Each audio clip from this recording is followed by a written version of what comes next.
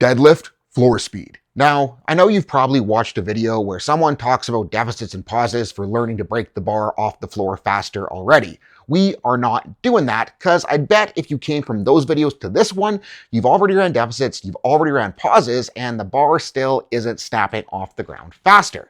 So what are we going to do here?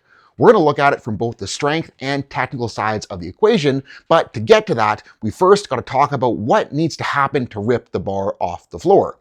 And if we look at the fastest guys off the ground, what do we notice? There isn't a ton of torso angle change between the floor and when the bar gets to the knees. That means the initial drive in their deadlift is coming from pushing their feet down into the floor to drive the bar up off the ground. I've said this before, and I'll say it again. The deadlift is a leg press. Well, at least from the floor to the knees.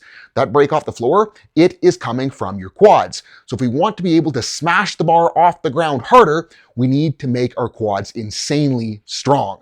How are we going to do that? Well, first, you should hit the links below and sign up for my free intermediate lifter guide. Then we're going to crank on leg presses and hack squats, and not just getting on them and moving weight, stacking all the plates on the machine and holding ourselves to the same standard as every asshole in the commercial gym, quarter reps. We need to make them specific to the goal. Conventional stance, feet low on the platform, big forward knee travel, and ultra deep. Make it freaking disgusting on your quads, then make sure you are the strongest dude in the gym while holding yourself to that standard. And as you get better at pushing into that platform, not only are your quads going to get stronger, you're going to learn what it feels like to push the floor away from you. And that is the feeling we want to recreate when we are breaking the bar off the ground. But that is not it. Because it doesn't matter how strong your quads are if everything else isn't ready to transfer that force from the quads to the bar. We need strong hamstrings to contract against that quad drive so we can use the quads to lever the hips through. Think about it. If the quads are contracting in isolation like on a leg extension, yeah, the hamstrings get longer. But if there's tension in the hamstring during a compound movement, some of that force from the quad contraction will be transferred through the hamstrings up the pelvis. As the knee extends, the quads are going to use the hamstrings to help pull the hip into extension. So stronger hams are going to let stronger quads do more in the deadlift. What's my favorite way to build hams for the deadlift? Nordic curls. Why?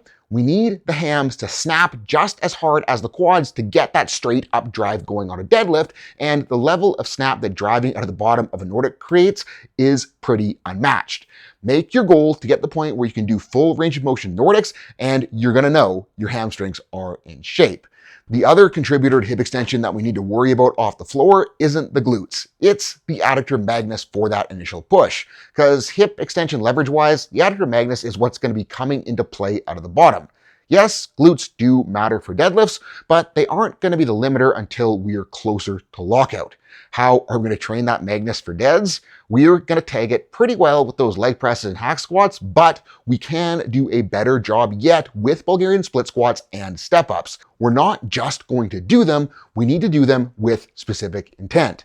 The goal here will be forward knee travel with enough hinge to make the bottom position look as close to where you'll be on a conventional deadlift as possible. As you let that knee go forward, hinge into your adductor. You should feel it catch hard, and when we're loading these, the best option is going to be using a Smith machine or getting under an SSB and holding onto the rack like a Hatfield squat. Why? The unilateral movement is going to be inherently unstable, so we need to ensure that we are externally stabilized so that we can put as much work into that adductor as possible. Cue the nerds. But Seth, what about training our stability? Yeah, who cares about that shit? You know what the foundation to stability is? Strength. So externally stabilize, crank. Make that stuff stronger. Your ability to move unilaterally without support will get better guaranteed if you just get stronger unilaterally. Next up, we need to make sure our brace and upper back are locked in so we don't crumple as soon as we rip into that bar. I've got a bunch of other videos on that, so go watch those because I'm going to keep it short and simple here. Train your abs outside of the barbell lifts with motion. Loaded sit-ups, loaded side bends, loaded rotations. Train the shit out of your upper back. Heavy ass rows, both strict and sloppy. On a deadlift, we need the erectors to work together with the lats, so allowing spinal flexion on the way down, then arching your way up isn't cheating here if we're trying to build a deadlift. It is only going to help. So, okay, Now that we've got the strength foundation laid, we've got to talk about the technique that's going to let us blast the bar off the ground, and it all comes down to tension, which can be a little bit tricky on deadlifts because, well, they're dead lifts. We don't have an eccentric to help us load into tension.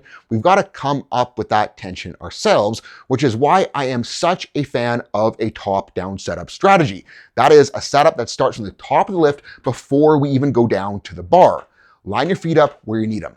Flex your quads, adductors, and glutes as hard as you can. Set your brace off of that tension, and if you do it right, it should feel like it's going to be almost impossible to get down to the bar. Now, your job is to actively use your hip flexors and hamstrings to pull you down into position. The goal here is to keep as much tension as you can in the quads, adductors, glutes, and brace as you pull yourself down to the bar. Because the more tension we can get to the bar with, the more tension we're going to have when we start the pull. More tension is more better, FYI.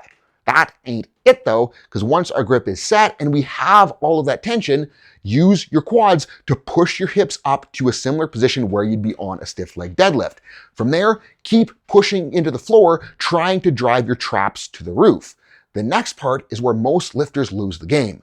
We're not just dropping the hips and shoving the knees forward to get into position all soft. We need to keep that quad tension while again actively using the lats and hamstrings to pull our hips and knees forwards into position. Do it right, find that same feel you get when you're in the bottom of leg press, and that bar is going to blast off without even having to try. Now, what you've probably noticed with the B-roll is that for me, I will pump into tension multiple times before starting to pull. That is a me thing. I'm doing it because I'm built like a meatball with super short arms and need multiple pumps to shove myself far enough forward to get that drive. If you're not built like a meatball, don't pump. You don't need to. You're only going to be wasting energy here.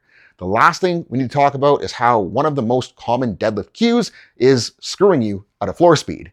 That cue, lean back into the pull. We don't want to lean back. We don't want to get behind the bar. Because if we're behind the bar, we're taking quads right out of the equation, and our leverages are going to end up sucking once the bar gets to the knees. Our goal? Keep our shoulders far enough over the bar that on the initial push, our shoulders just go straight up.